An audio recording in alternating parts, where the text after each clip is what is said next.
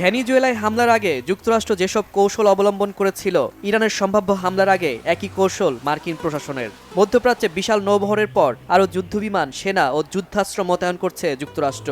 রবিবার ইসরায়েলি সংবাদ মাধ্যমের দেয়া তথ্য মতে ইরানে যে কোনো সময় বড় ধরনের হামলা চালাবে যুক্তরাষ্ট্র। তাই মধ্যপ্রাচ্যে মার্কিন ঘাঁটিতে তেহরানের হামলা ঠেকাতে শেষ ধাপে প্রস্তুতি নিচ্ছে ট্রাম্প প্রশাসন। তবে তেহরানও ডোনাল্ড ট্রাম্পের সম্পর্কে স্পষ্ট ধারণা রাখে। যুদ্ধের প্রস্তুতির কথা জানিয়েছে ইরানও। হামলার জবাবে হামলা ছাড়া কিছুই ভাবছে না আয়াতুল্লাহ আলী খামেনির দেশ।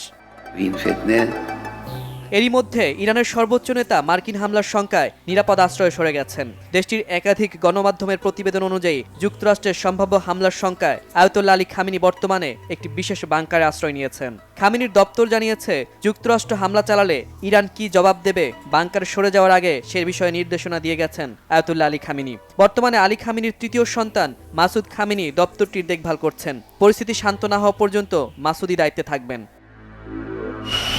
বিশ্লেষকরা বলছেন, সম্প্রতি ভেনিজুয়েলায় হামলার আগে অঞ্চলটিতে একাধিক রণতরী, যুদ্ধবিমান, সেনাবাহিনী মোতায়েন করেছিলেন মার্কিন প্রেসিডেন্ট ডোনাল্ড ট্রাম্প। ইরানের ক্ষেত্রেও একই কৌশল অবলম্বন করায় হামলার শঙ্কা উড়িয়ে দিচ্ছেন না তারা। এক্ষেত্রে যুক্তরাষ্ট্র ইরানে হামলা চালালে তেহরান ও মধ্যপ্রাচ্যের মার্কিন ঘাঁটিতে হামলা চালাবে। এতে মধ্যপ্রাচ্যে ভয়াবহ যুদ্ধ বেঁধে যাবে মত বিশ্লেষকদের। তাতে বহু হতাহতের পাশাপাশি অর্থনৈতিক বিপর্যয়ও দেখবে বিশ্ব। এদিকে যুদ্ধের শঙ্কায় ইরানের থমথমে পরিস্থিতি বিরাজ করছে। প্রয়োজন ছাড়া মানুষ খুব বেশি ঘরের বাইরে যাচ্ছে না। বাসিন্দারা বলছেন, তারা নিজেদের আত্মরক্ষার জন্য প্রস্তুত আছে। যুক্তরাষ্ট্র নিজেদের বিপদ নিজেরাই ডেকে আনছে বলেও অভিযোগ ইরানের মানুষের। যুক্তরাষ্ট্র হামলার ভয় দেখাচ্ছে।